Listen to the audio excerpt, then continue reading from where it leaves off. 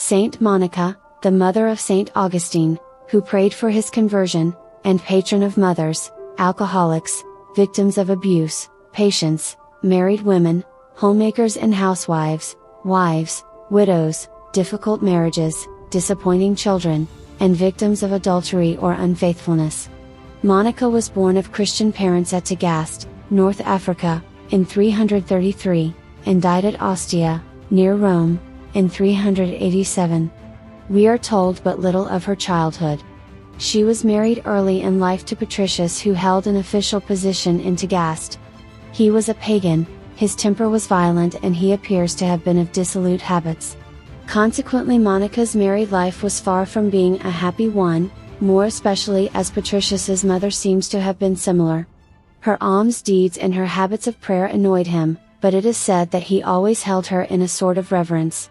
Monica, by her sweetness and patience, was able to exercise an apostolate among the wives and mothers of her native town, and they knew that she suffered as they did.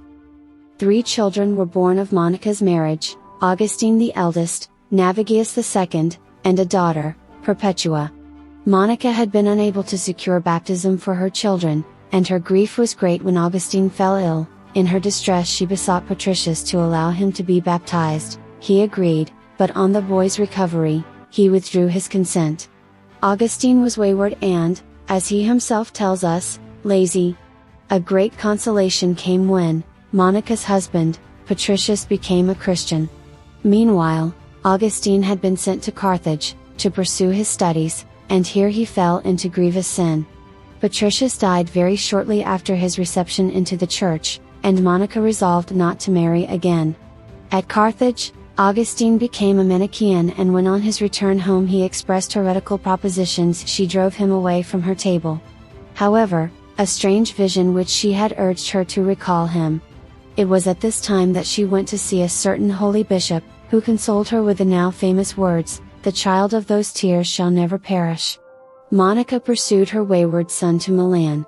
There she found Saint Ambrose, and through him she ultimately had the joy of seeing Augustine yield to the faith, after 17 years of prayer. Mother and son spent 6 months of true peace at Cassicum, after which time Augustine was baptized in the church of Saint John the Baptist at Milan. They returned to Africa, where Monica died, and the finest pages of his Confessions were written as the result of the emotion Augustine then experienced.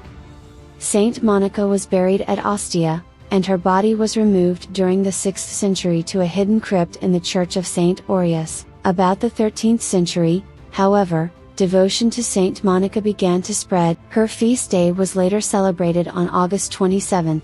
In 1430, Martin V ordered the relics to be brought to Rome. Many miracles occurred on the way. Later the Archbishop of Rouen, Cardinal d'Estouteville, built a church at Rome in honor of Saint Augustine and deposited the relics of Saint Monica in a chapel to the left of the high altar.